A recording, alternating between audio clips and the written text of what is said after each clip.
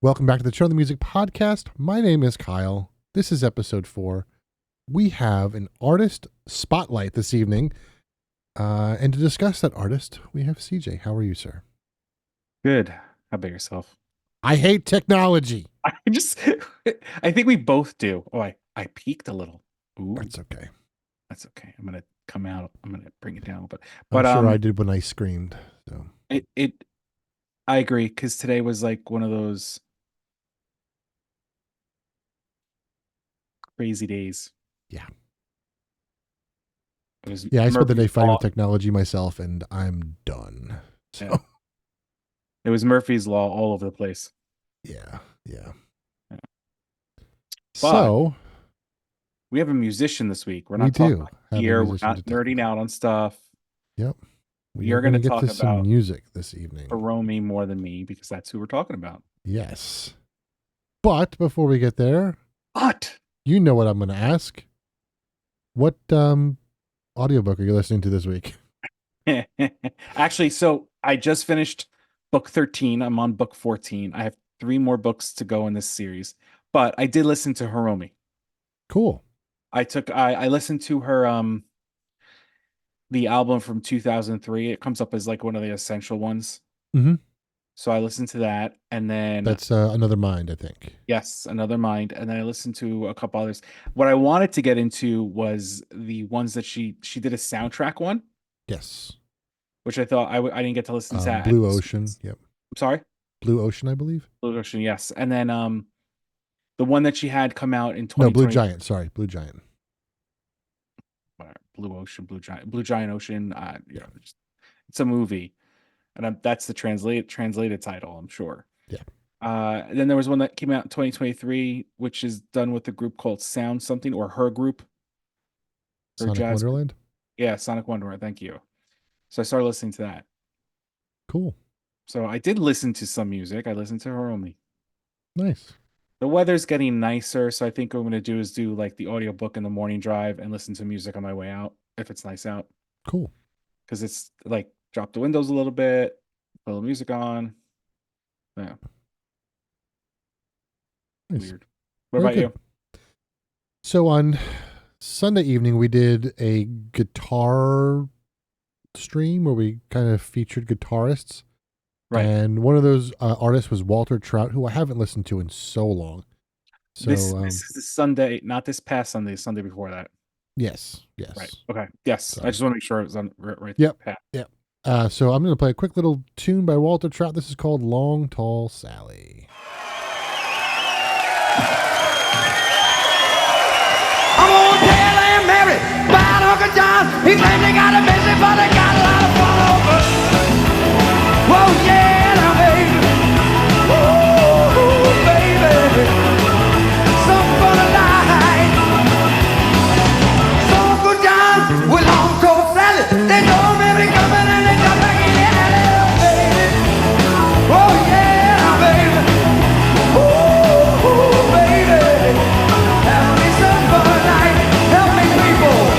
We're gonna have some fun tonight. Have some fun tonight. Everything's alright. Have some fun tonight. Have some fun tonight. Yeah.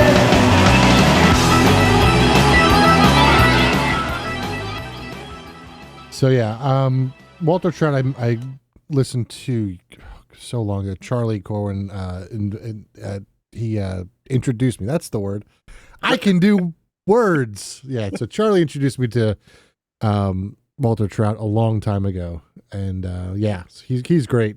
And I Got haven't. some honky tonk in him. Yeah. He's kind of a blues guy, but that's a little bit more honky tonk kind of fun stuff. So Yeah, that was one that we played on that Sunday evening. So it's awesome.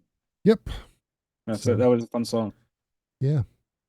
So we're going to get into an artist called Hiromi. Hiromi is I always thought she was Korean, and I didn't realize she was Japanese. So I apologize for that.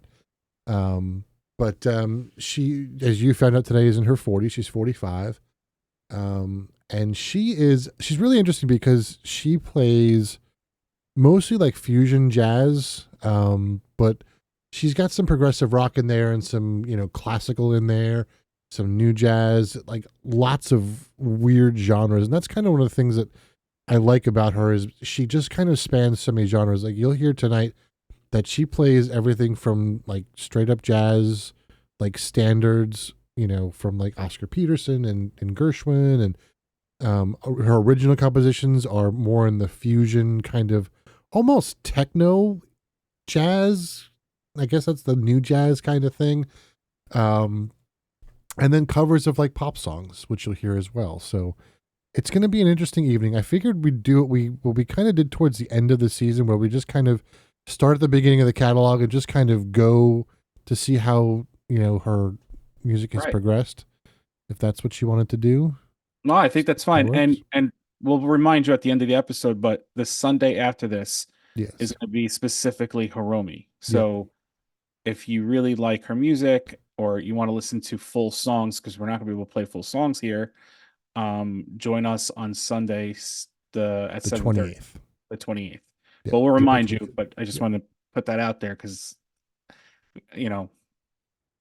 I think that'll be cool to be able to like kind of give a little bit. Yeah. So she started playing the piano at the age of 6, and she started learning jazz at 8. And then when she was 17, she happened to meet a gentleman by the name of Chick Corea.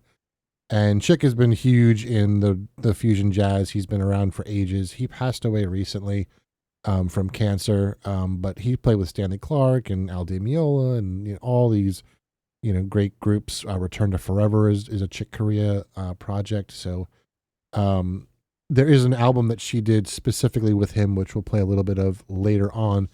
But in 2003, she started with her very first album, which is called Another Mind, which I think was one of the ones that you started listening to, right?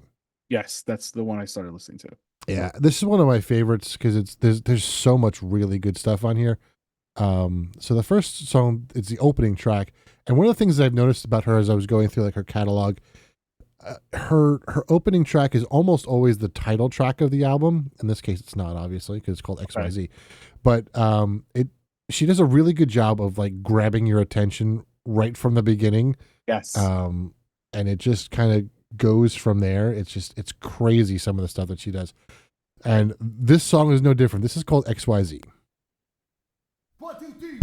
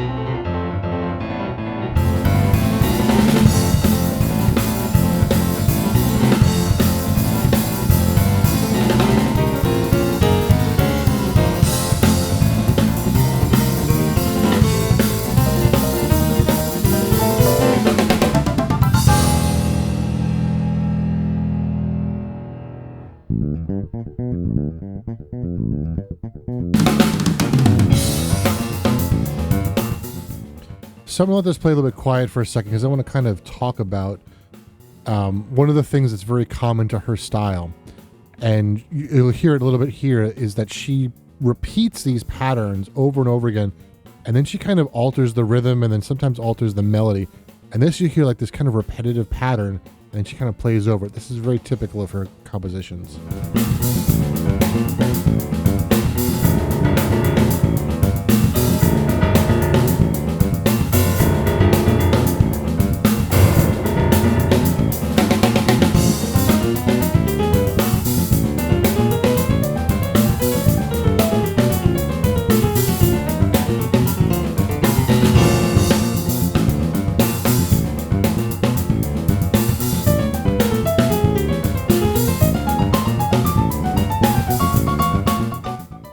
So that's XYZ, and I mean it's quite a way to start out an album where you just kind of they just count you in and then it just like they hit you in the face with this Right. Crazy stuff. Right. And So she was 24 when this album came out. This is her Yeah. first album. This was her first album. Yeah. Like, I guess solo album. I'm sure she Yeah. potentially played on others, but Yeah. Yeah. And that's one of the things you'll find that if you start looking into Hiromi, she's played with a lot of different groups. There's a lot of her stuff out there. right. And it's such a huge range. And I think that I hope that I grabbed this wide range of stuff from her. The next track on the album is called Double Personality, which I always liked the beginning of it, so I just kind of threw it in there. So this is called Double Personality.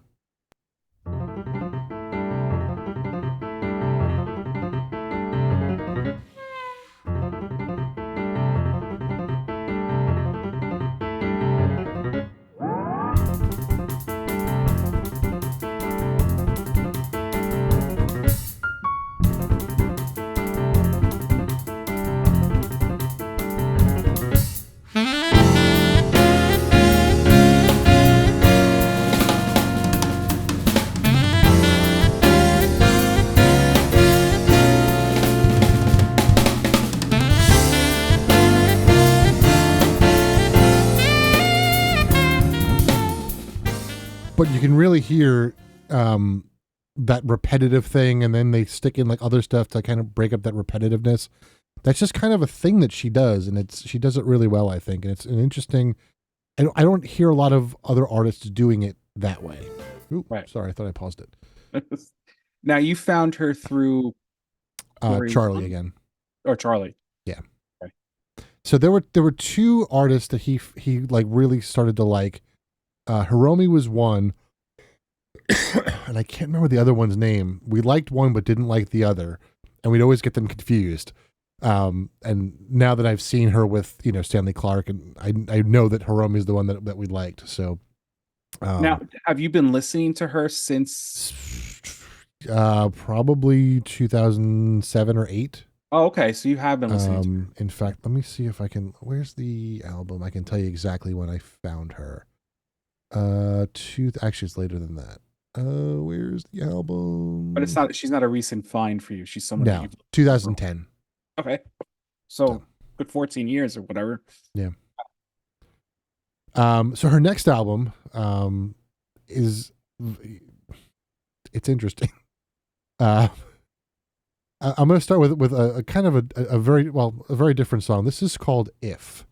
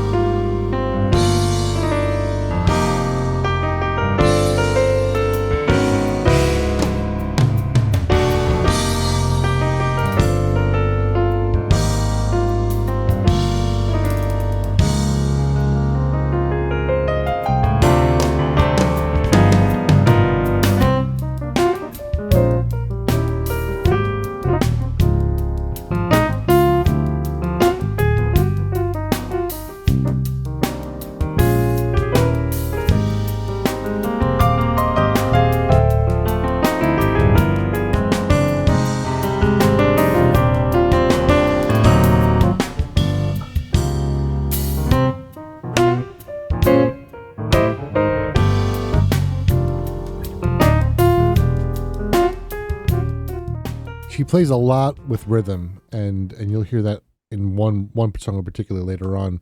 One title called "I Got Rhythm," obviously, by Gershwin. I'm sorry, Oscar Peterson. Sorry. Because I was like, what? Wow. Are you okay there? Yeah, no, I'm not okay. My brain is gone. It's funny. And then this next one is the opening track to this album, which is called, I forgot to mention the name of the track of the album, Brain. Brain. She must be a fan of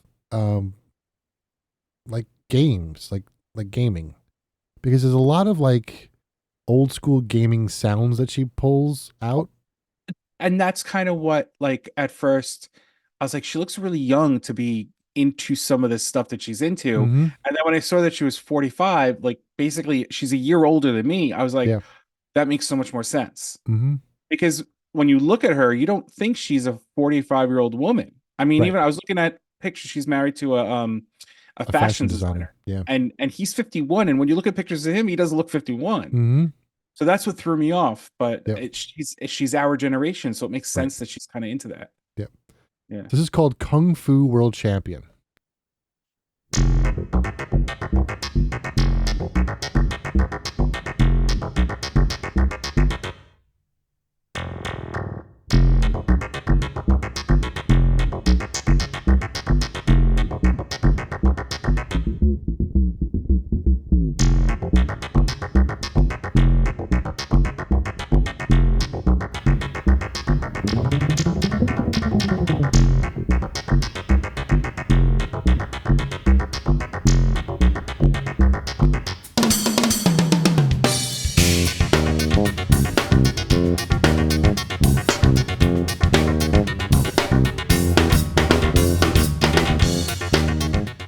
And then on her next album called Spiral, she does The Return of Kung Fu Champion, which sounds like this.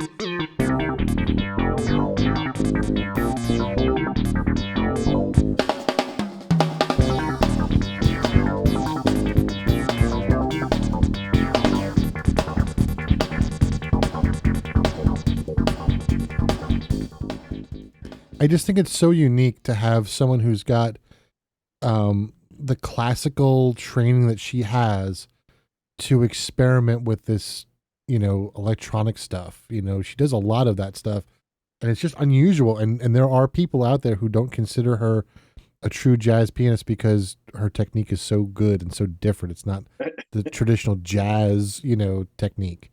Which is funny because that goes back to like what we read about with Victor Wooten. Like technique is not really like it is what it is. If you make it work, you make it work. I don't hear you. We lost you. Sorry, I must have hit the button. Sorry. Okay, so you were saying what I was I was saying the other thing that I think is interesting is that there are so many classical musicians who have a hard time making the transition to the jazz stuff, because they are trained in a way where, I work with a lot of, being a church musician, I work with a lot of, like organists and like, symphony players, like trying to get them to do something that is not on the page is just so hard sometimes. We talked about this in season 1. There was an Mm-hmm. episode Yeah. because we talked about a violinist and being a fiddler versus a violinist Mm-hmm. Yep. and the ability to go back and do different things. So I agree with you. I think there's something to that. Mm-hmm. I love jazz. I will tell you right now, I can't play it for Mhm. anything and it's not because I'm trained classically. It's because for some reason I just can't get into it. Now, this is 20 years later. Maybe that'll be different, and I Right. could do it. But it was just like back in the day, I couldn't do it, and I love the music, so it wasn't Mhm. even because singing's different. Like if you train right, you can kind of go to any form of music. Whereas I played saxophone, and they're like improvised, and I'm like note Yeah. note because Yeah. I didn't have it in me. Mm-hmm. Give me a classical piece in the saxophone, that was different, Right. So, she's actually going to be in New York in November I saw that. in Sony Hall. I may have to consider that. She's playing July 5th in Glinde Place.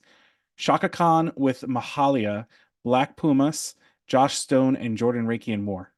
Really? That looks amazing. That's an interesting show right there. Right there. Let's see where this is in Great Britain. Well, definitely not making it over to Great Britain.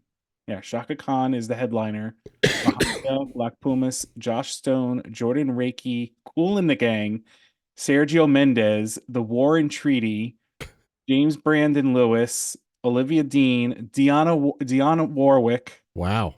There's a Kingfish Ingram, Joel Culpepper. Kingfish is good too. There's a lot of good. There's a lot of great people on this. Yep. That's crazy.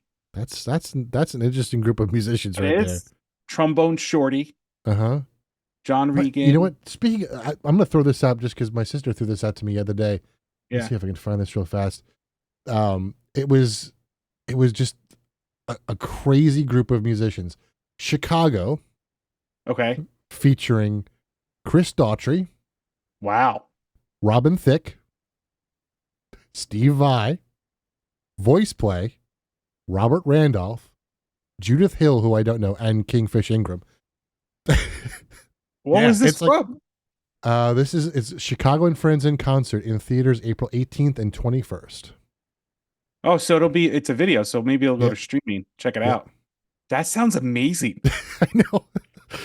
Like I know everyone but Judith Hill. I don't know Judith Hill at all, but like that's quite a list of. I know. But it's good that they're doing that though. Yes. Because it's such a mixed group of musicians, like Yeah. you said. Yeah. Coming together. That's awesome. So, she has also written and played, obviously, many classical pieces. This is one that she wrote. This is called, Spotify's cutting off the title from me. It's music for 3-piece orchestra. What's the actual name of this movement? Deja Vu. So this is music for 3-piece orchestra. The title is called Deja Vu.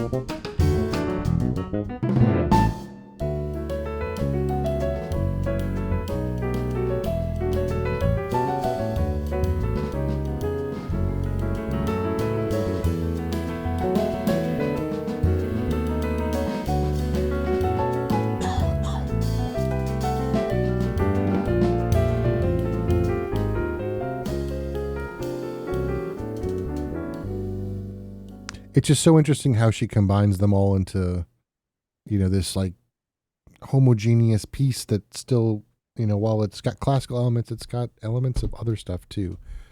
I don't know. I like her a lot. Well, she didn't limit her playing to one form of music. Mm-hmm. She was like, well, if I can do this, I can do that. If I can do that, I can do that. And if I can Mhm. do that, I can do that. And to bring that all together and create these pieces, or even just take songs that we all know, and it's kind of like with rockapella when they do their acapella stuff. They take songs, older songs typically, and they modify them to be acapella, and they put their spin on it. And that's what they said. They said that's the type of group that we are. And then that's kind of like what everybody else followed suit, where she's a little bit more, I think, versatile. Yeah. Yeah, Do you find her, and I don't think you do, but I've had a lot of people say that she's hard to listen to because she's kind of out there. There's a lot of random stuff going on, and okay. No, because I like the obscure too. Right. That's why I was saying I think you're okay with it, but Yeah, no, I like the obscure. I like the obscure because if you could make a piece of, or I should say, compose a piece of music or perform a piece of music that has the simplest of tones or whatever you want to call them, even whether they're eerie or not, I'm impressed by that, because if you're drawn to that, that's very cool. I mean, think about minimalistic music.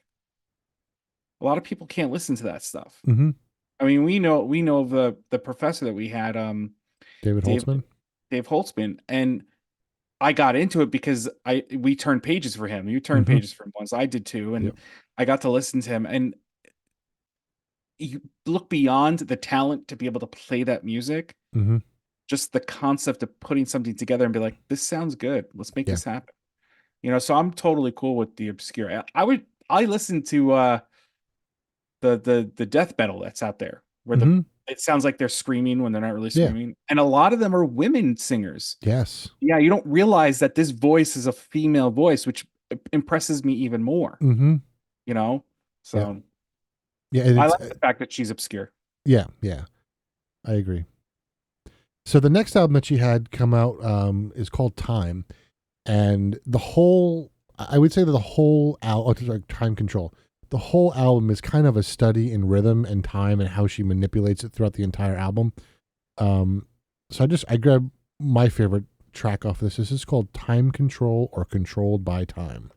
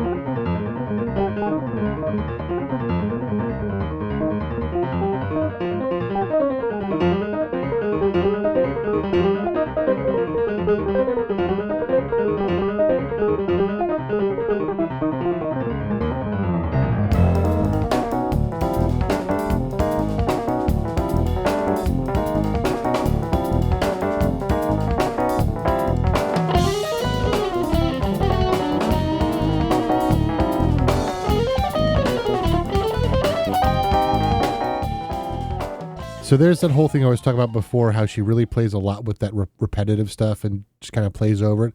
Another thing that she really likes to do is play two instruments at the same time. So she's playing in the beginning, she's playing piano on one hand and keyboard on the other hand. And that's like the dexterity that she's got in both hands is incredible. Like her independence and She's very clean.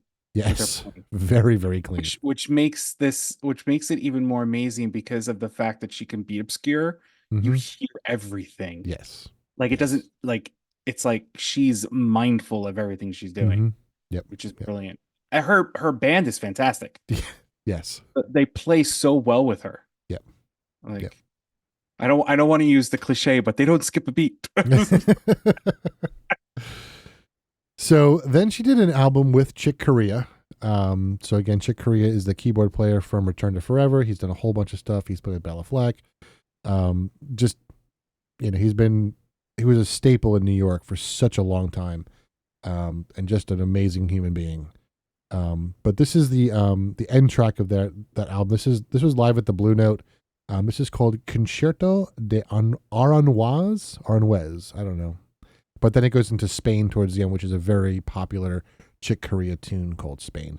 But we'll play just a little bit of this just to hear the two of them playing piano at the same time.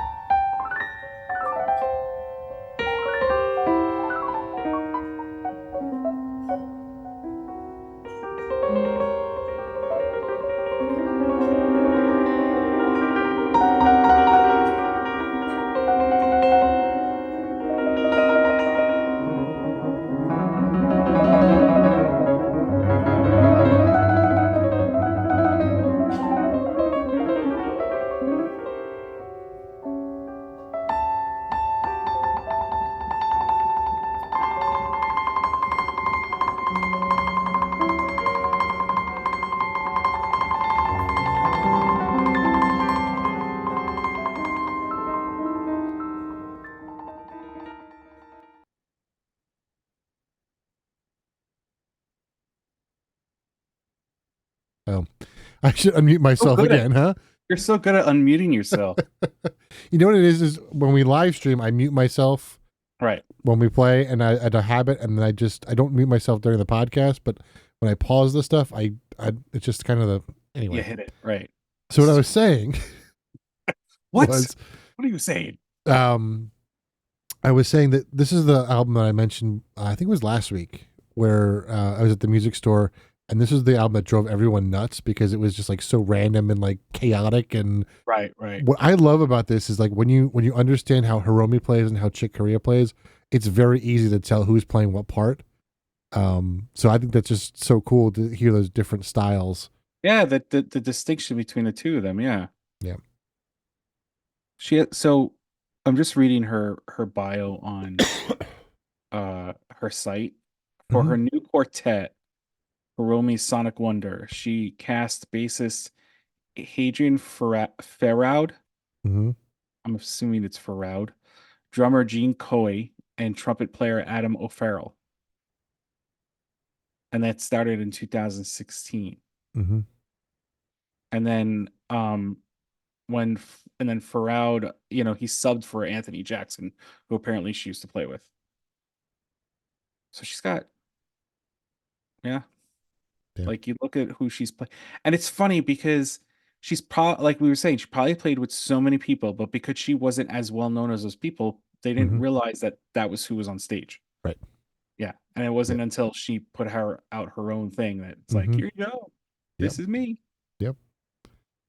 So the next two, I'm going to actually include these two in the show notes as YouTube links because you can actually watch her play these, and these are really, really impressive. So the first is off of her album called Sonic Bloom Beyond Standard, and this is an Oscar Peterson tune called I Got Rhythm. I'm sure most people recognize the tune.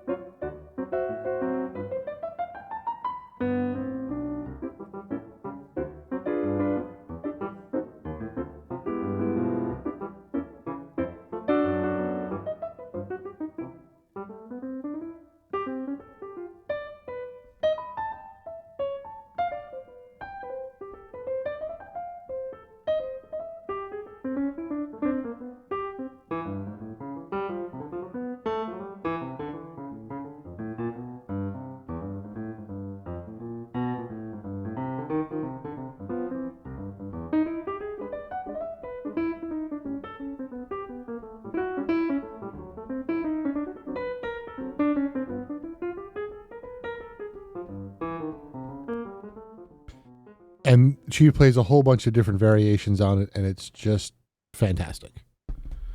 It's brilliant. And then we get to a kind of a weird one. This is her arrangement of Pachelbel's Canon in D, which I can't stand the piece normally. It is just, but the way she plays it, I could listen to it. I also like the Piano Guys version. I don't remember. I used that as when my wife walked down the aisle. That's I remember version we used. But that song after a while, I'm just kind of like, I can't. But when it's a cool version, I'm down for it. So I'm curious. So I would encourage you to listen to this because she does a lot of manipulation with the piano. So watching that and watching her do it live while the whole thing happens. I won't say too much about it, but we'll talk a little bit about it afterwards. So this is Pachelbel's Canon in D.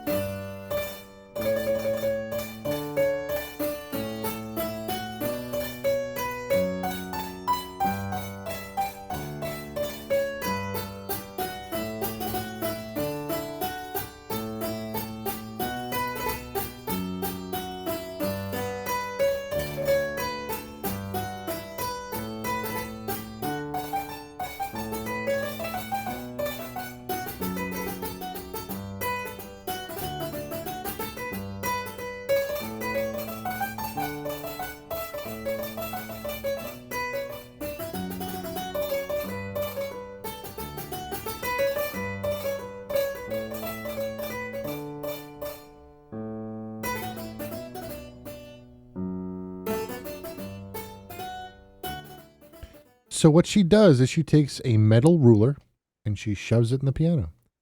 And that's what causes that weird muted sound. And then halfway through she takes it out and then she goes crazy on the piano. But you'll have to watch I love the the video way she for it. plays with the rhythms. Yes. Like it's so subtle.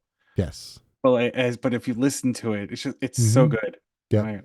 And if you I'll just fast forward just a little bit to get, some of the more weird, or not weird, but more like boisterous parts, I guess. Is boisterous the right word? I don't know. So just a couple minutes later. Flamboyant. Yeah, flamboyant, sure.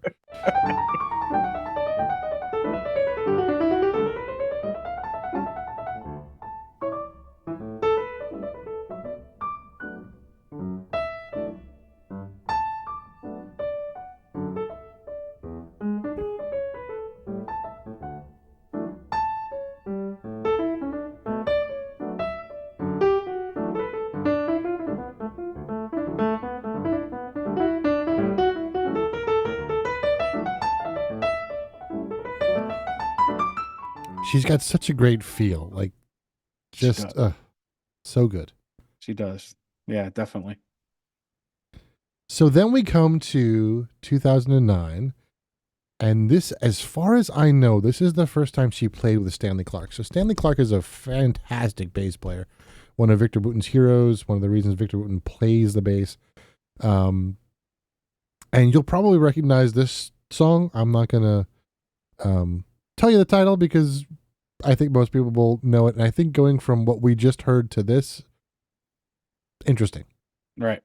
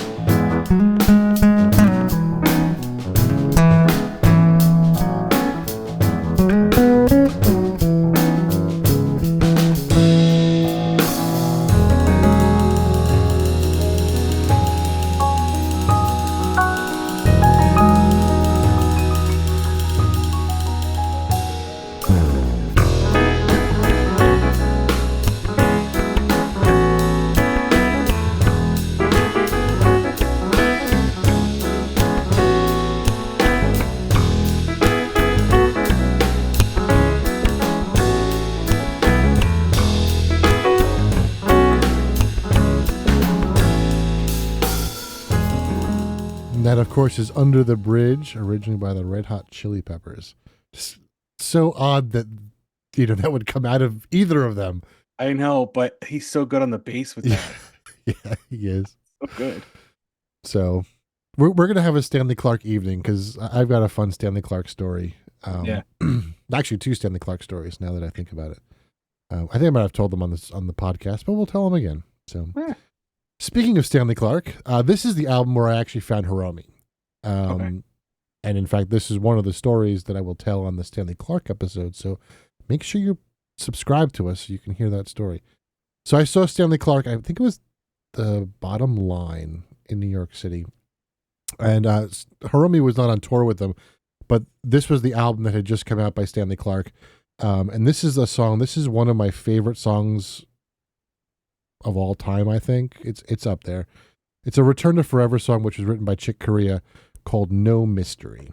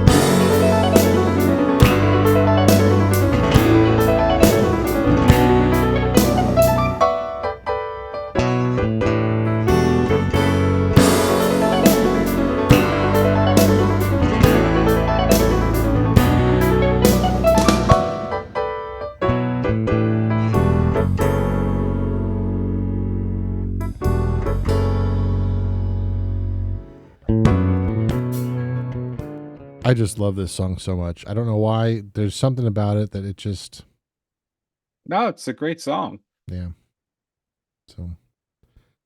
So we're about halfway through, and one of the things we talked about in our first episode was that we're gonna do a little bit of a meditation every episode. We forgot the last 2 weeks, but Yeah, but we were geeking out on stuff. yeah, we were distracted. So I thought it'd be interesting to do just a quick little, 60-second. Have you had a chance to breathe today? So, would you like to do it? Would you like me to do it? No, you go ahead. But Cool. we forewarn that if you are driving, Yeah, don't close your eyes if you're driving. don't close your eyes or driving. You can still do the breathing process and Yep. practice. Yep. So if you don't handle any large vehicles or tools. Yes. So, you may choose to close your eyes or not. Obviously, if you're driving, do not. But take a deep breath in and let it out. Take one more deep breath in and let it out. And this meditation will do a little bit differently than the last ones. If you're able to close your eyes, you may certainly do so. But I want you to try and imagine the thoughts that are in your head as if they're on a movie screen. I just want you to watch them. Don't do anything with them. Just look at them.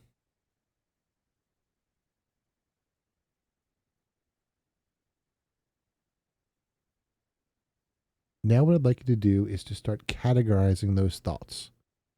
If it's a to-do thing, just say it's a to-do thing. If it's something that you have to do later, if it's something that you're hungry, mark it as something that you want to eat. So just start categorizing them and see if that categorizing makes them go away.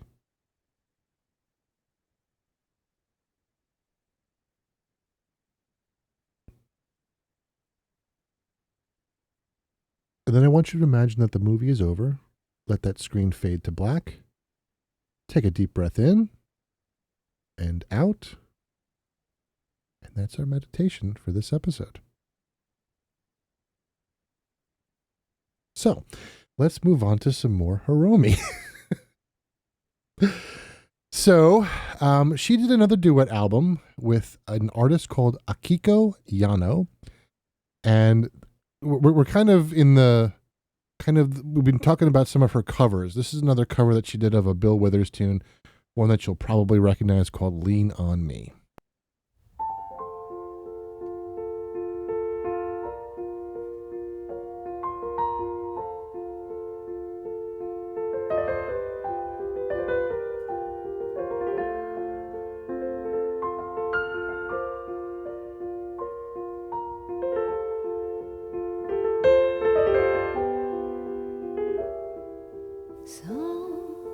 Sometimes in our lives, we all have pain, we all have sorrow. But if we are wise, we know that there's always tomorrow. Lean on me when you're not strong, and I'll be your friend. I'll help you carry on. Oh, for you won't be long till I'm gonna need somebody to lean on.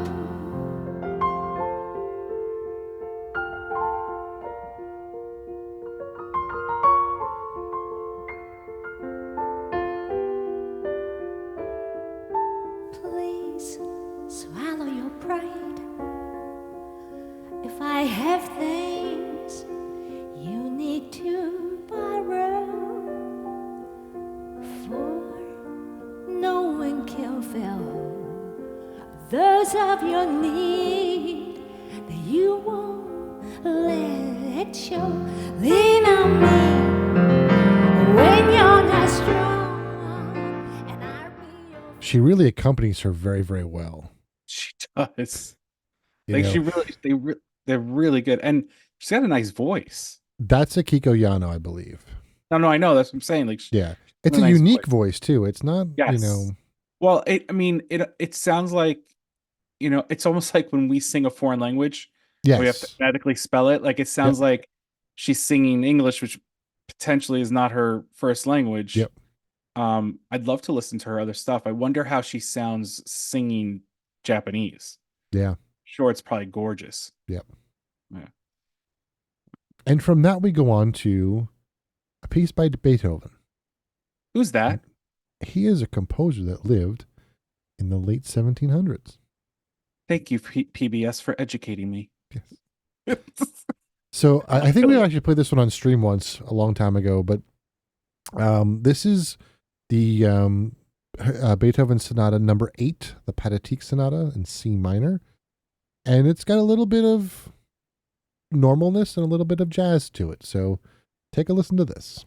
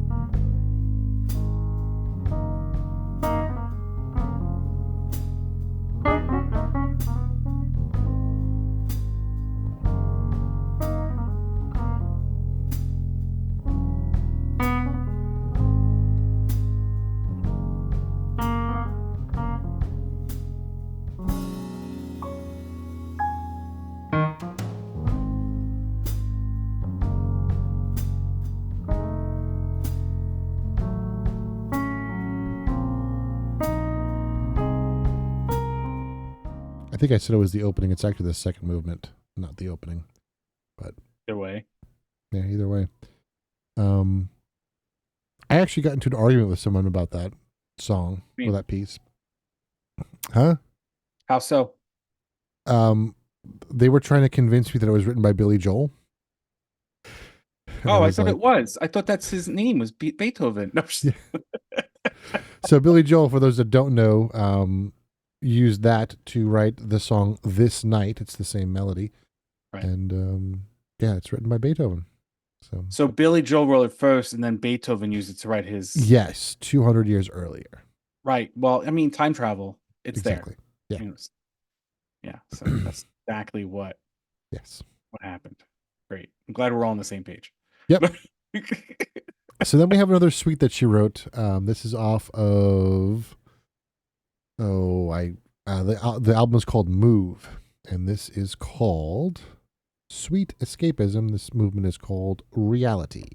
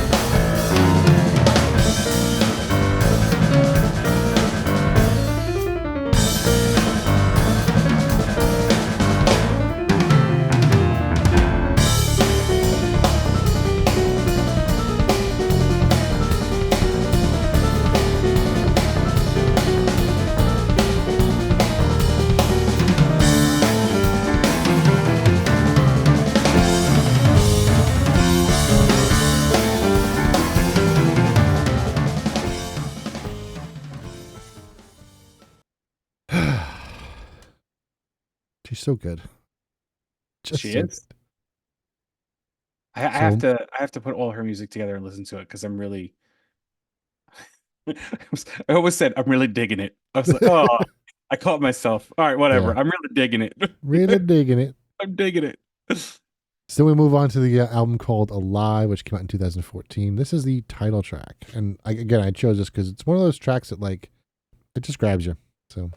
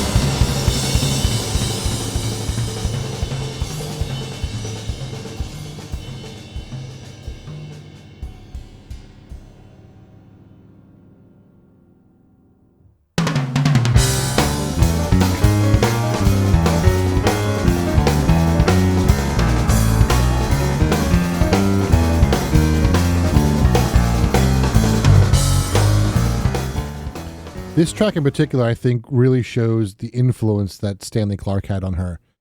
That opening is so typical of like a Stanley Clarke opening track on any album that he's done. It's just like majestic, kind of orchestral, like, and then she goes into her own stuff. So being able to bridge that gap between the two styles, I think, is really kind of neat. Right. No, she's she really has. She's one of those that can play through everything, like we were saying. Like she really can. And it's very rare to find, like you said earlier, a musician that can do that. Yep, for sure. All right, next one is called In a Trance. This is off the album called Spark from 2016.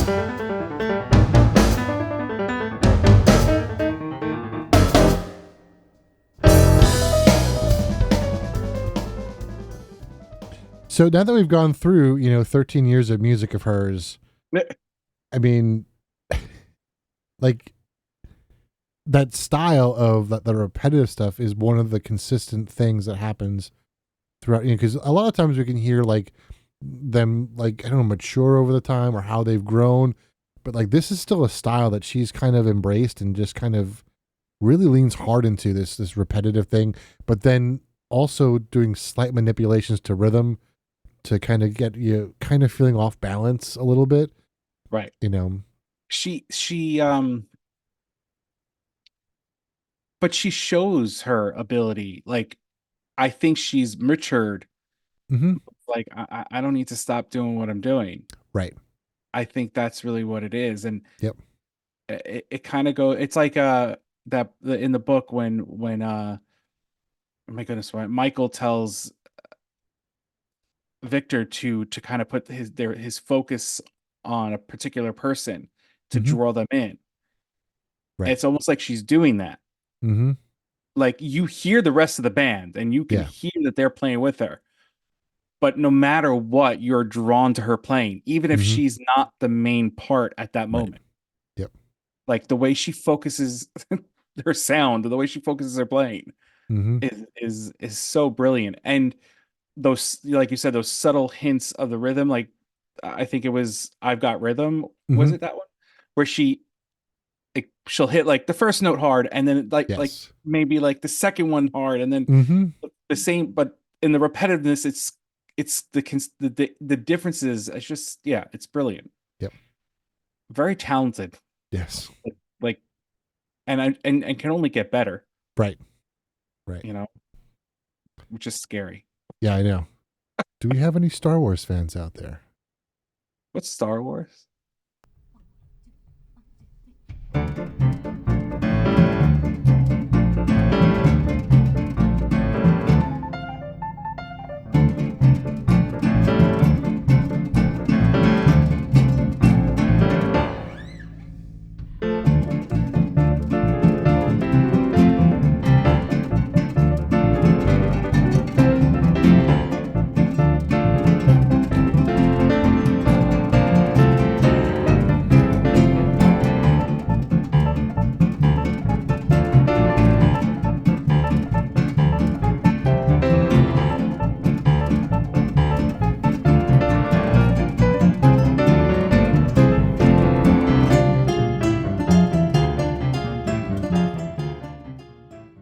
He's a harpist?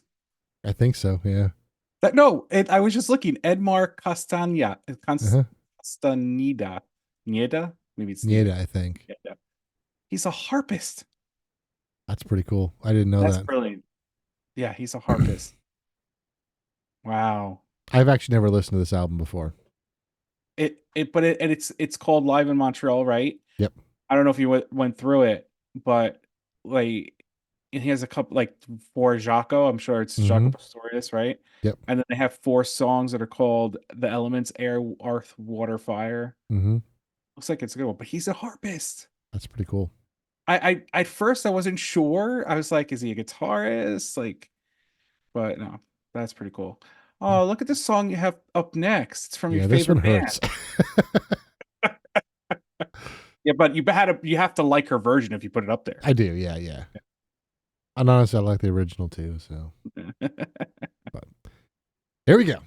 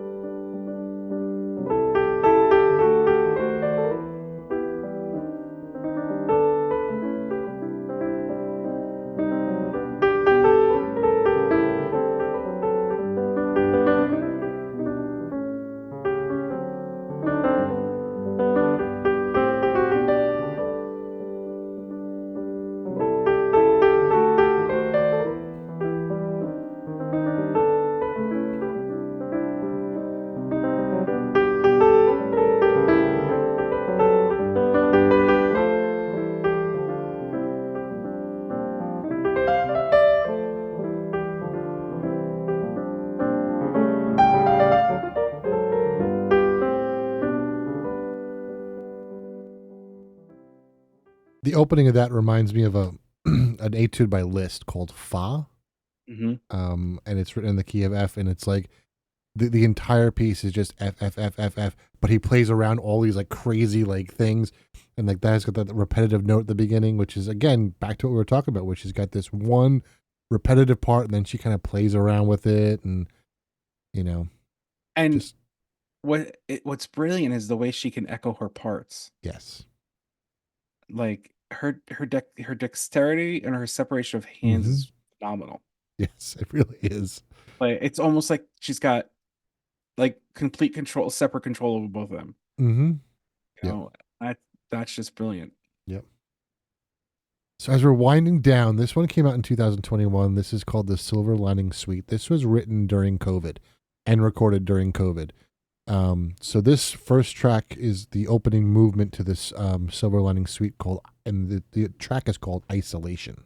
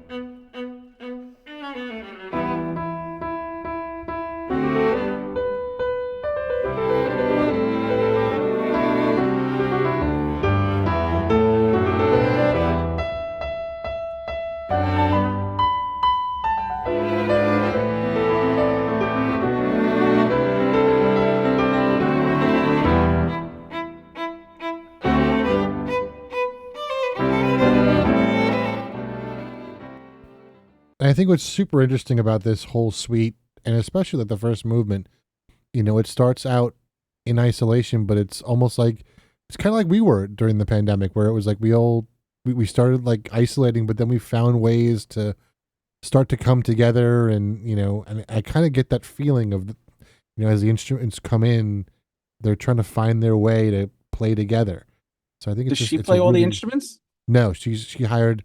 These are for instruments from the New Japan Philharmonic Okay, that she hired to play with her. that's awesome. So then she wrote a soundtrack to a movie, which I don't know anything about. The movie is called Blue Giant, which I assume is probably the ocean. Maybe. I don't know. I don't know, Um, but it's a It looks very anime-y, if that's a Yes. word. So, it looks very musical related. yeah. Curious. So this is called Impressions off of Blue Giant.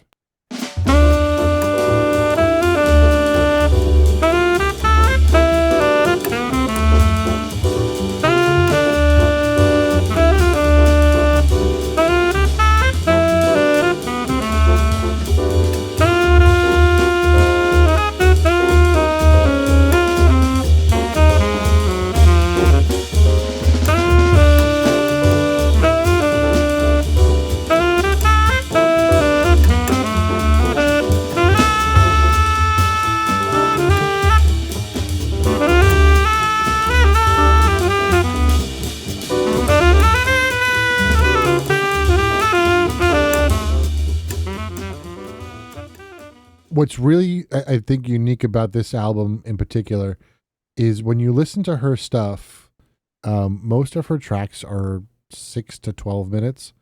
Everything here is like 2 minutes. Yeah. Very short, which is just not like her typical album. So it's interesting to see her try to fit everything into just such a short amount of time. I'm sure it has to do with fitting it into the actual spot of the movie and that sort of stuff. Well, the movie is based upon the premise is, I'm gonna pronounce these names wrong, but Dai Miyamoto, a student from Sendai, receives a saxophone as a gift from his brother Masayuki. He starts practicing immediately. Interesting. So now I'm curious about this because, like you said, when you look at all these songs, most of them are about 2 minutes. You got a few that are a bit longer, except for one of the last songs, which is like almost 8 minutes long. Right. That's pretty interesting. You know what's funny though? A movie like this would not do well in the States. No, it would not. It was done by American animators because Mhm. most people don't have the ability to sit. I would sit and watch this. Mhm. Yeah. Anyway, that's my 2 cents. Yep. And I think this is another it shows another influence of Stanley Clark, because Stanley Clark has done a lot of movie soundtracks. So, Right. and then this is another really interesting one. We mentioned how she kind of plays in this electronic music type area. This one is very much, as far as I'm concerned, video game related. It's called Bonus Stage.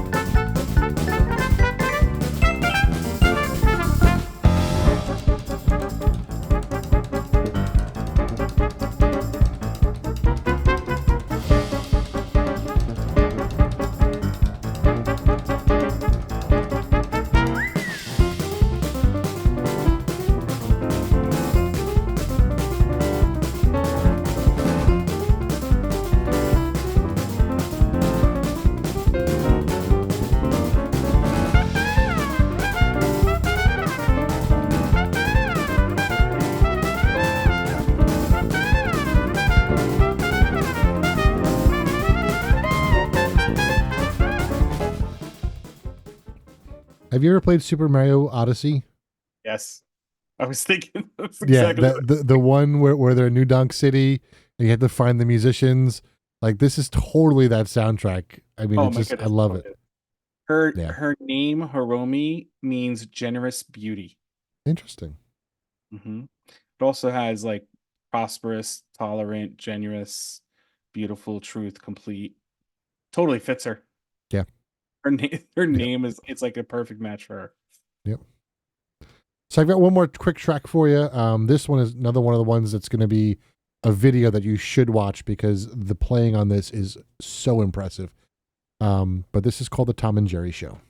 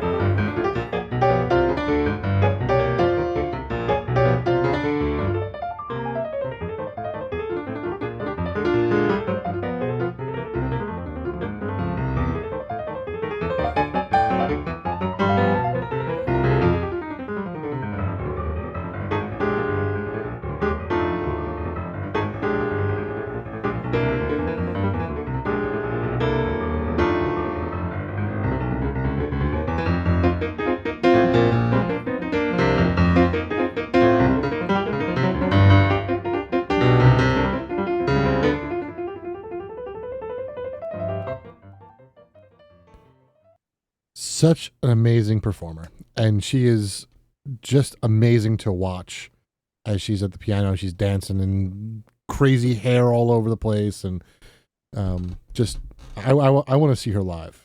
I think I'm tempted to look into tickets for November because it's in Sony Hall, so it's better than standing room only. Yeah, that's for sure. So that is Hiromi's music catalog we took you through, and it's, what is that, 20 years of music. 20 years of Starting in music. 2003. Which, join us Sunday, April 28th at 7:30.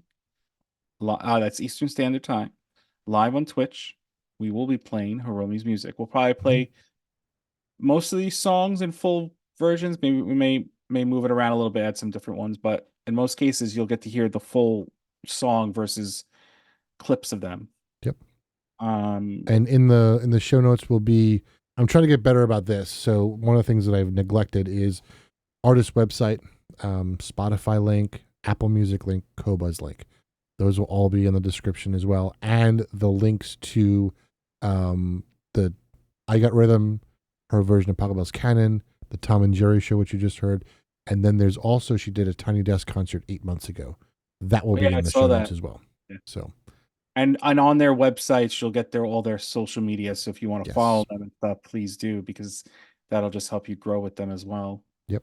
That being said, our social media is down there. Click that Linktree link in those show notes and follow us on our social media. Follow us on YouTube. Follow us on Twitter. Just we want you to join the conversation. Yes. Tell us what you think about Hiromi. Do you have somebody else that reminds you of her, or another artist, or just share those things with us? That's what we want to know about. Everything is in the closing. So whoever's voice, I think it's gonna be Kyle's, because I don't think I've recorded it yet. No, you haven't recorded it. If you have, you haven't sent it to me. So well, because I have to write it down because you changed. Right. Well, but that's exactly what I do. Oh, I know, but I'm just saying. So just that's it. But remember, Sunday, April 28th, 7:30. April 28th. We'll see you then. Thanks so much for listening.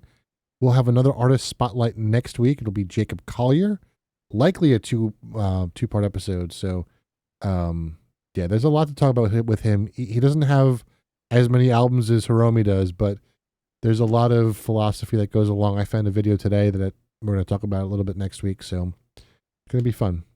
Awesome. Have a good week, everyone. We'll see you next week. Next week.